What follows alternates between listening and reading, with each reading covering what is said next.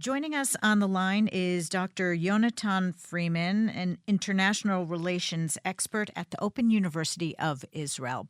And we are speaking ahead of the expected announcement later today of what the U.S. Treasury Secretary and U.S. President Donald Trump have described as an economic D-Day on Iran with new economic sanctions.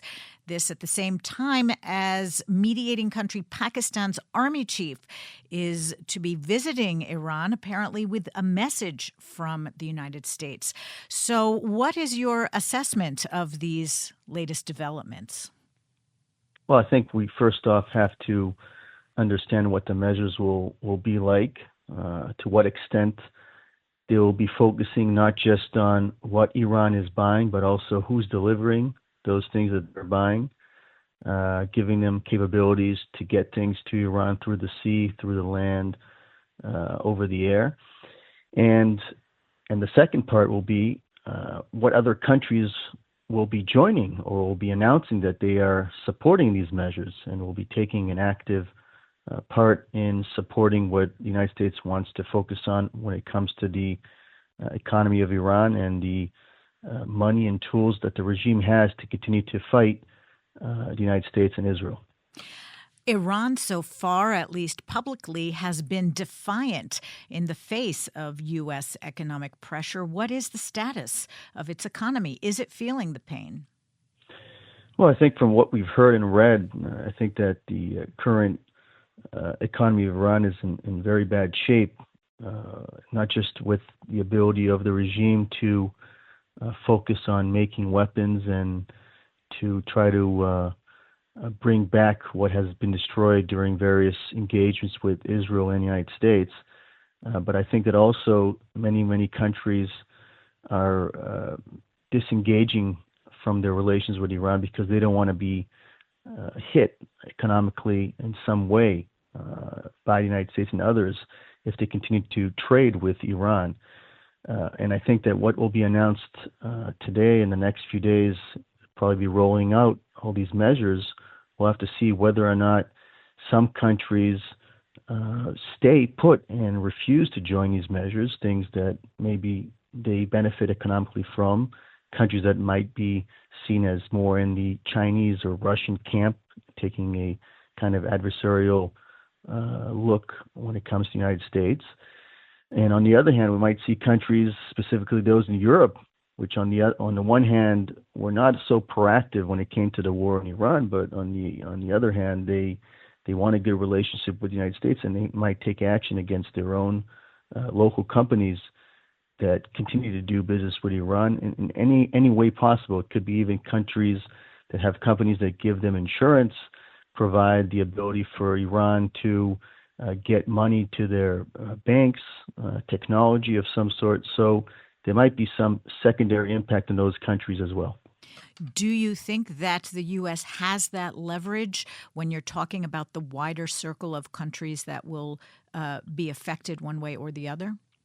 Well, I think if we saw the issue with the tariffs and how the United States made all these announcements concerning tariffs, some of them tariffs even with countries that have had good relations with the United States. And when these tariffs were announced, many of them were coming with delegations to the White House to try to negotiate with the Trump administration to show that they're doing their own part and that these tariffs should go down or be eliminated. So it seems that in the past, when it came to the current U.S. administration on when it comes to economic measures, we've seen countries that have responded and really came to bat with the United States and try to get something more favorable to them. So I think when it comes to the measures against Iran, if we look at the past history of what some of these countries have done in response to U.S. requests, many of them have come up and agreed to what the United States wanted. So I think that really fares bad news to Iran when we hear about these measures and how this might impact some of these countries that Iran might be counting on not joining the sanctions. And in the end, they might join them no matter what Iran tries to push them and have them go the other way. And you noted China and Russia. How might that play out? Well, I think that when it comes to Russia and China, I think that these sanctions might impact the relations between the United States and Russia and China. There's already have already been negotiations between those countries on other with regards to other arenas when it comes to the Ukraine, when it comes to East Asia, when it comes to North Korea. So I think on the one hand, this might cause more trouble for the relations between Russia and China and the United States. On the other hand, it might cause Moscow and Beijing to try to push Iran to agree to a deal that the United States wants them to agree to, because the impact will be something that's problematic for those countries, and that Iran needs to do something to try to alleviate any kind of economic damage which may result if indeed these sanctions go through and really seem like a D-Day, an economic invasion of Tehran. So what form could you see the sanctions taking? Well, I think first off, directly against the companies that have been dealing with Iran, providing material, providing resources, providing any kind of way for Iran to get those resources to Iran. It could be ships that have insurance companies that insure those ships. It could be various aircraft. It could be banks that through those banks, money is being funneled to Iran. And I think really the focus will be on what kind of sanctions will be good to have that focus on the regime itself. For the regime being able to operate, to fund their weapon systems, their nuclear program, and also I think the tools that Iran needs as a regime to safeguard its regime and have it survive. But I think if you look historically, rarely has very drastic sanctions toppled regimes. We knew about them, and we've had them, if you recall, in Cuba for many years. We had them for many years in Iraq when Saddam Hussein was over there, and rarely does a very strong sanction regime topple a regime. And I think that in the end, this might tell us that it might be a step to try to weaken the regime, but in the end, if a regime is to be toppled, there might be some military measures being planned as well. So this could be really a way to further weaken the regime in preparation for some sort of a military action to take place in the future, which will probably be the best way to try to get the regime from being in power. And in the meantime, could threats that have been voiced from Iran regarding military retaliation for such a move, could it actually be pivoting the region towards another military escalation? Yes, I think that more than Iran hates America or hates Israel or wants to continue to fight, it loves being in power. And I think that if Iran feels that it's more and more in the corner, being pushed to the corner, it has nothing to lose because of such sanctions and not having the ability to pay its Revolutionary Guard people, not having enough money to pay their secret police, which allows them to stay in power.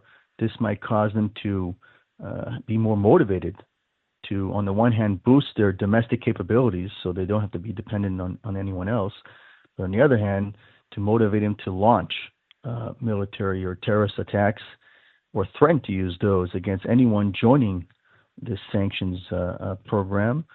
And that could also be part of the decision making by many of these countries who will be listening to what's being rolled out in the United States and hearing from their own people as to if they do join these sanctions against Iran, will this motivate or increase the threat level against these countries? And we already heard Iran threatening countries that have been providing any kind of military support to the United States in their fight against Iran. So if they're already threatening that, and they even attacked some of these countries and have threatened to do so, we will have to take into account the fact that after these sanctions are being rolled out, they will probably threaten the same against countries joining the sanctions and saying, if you join, we will attack your people. We're threatening to attack your people. So this could cause some of these countries to maybe, on the one hand, not join the sanctions. On the other hand, maybe even not publicly state that they're joining the sanctions as well. So in your assessment, is this strategy by the United States going to be an effective one for it to achieve its goals in resolving this conflict?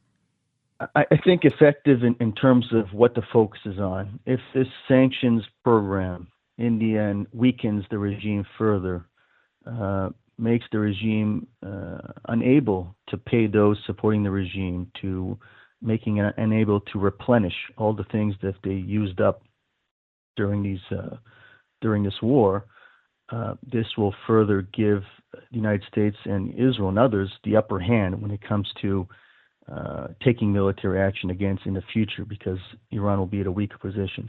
If, on the other hand, these sanctions also impact drastically the people of Iran in terms of affecting their food, affecting all the different things they need to live with on a daily basis, this could backfire, because in the end, many of those in Iran are against the regime.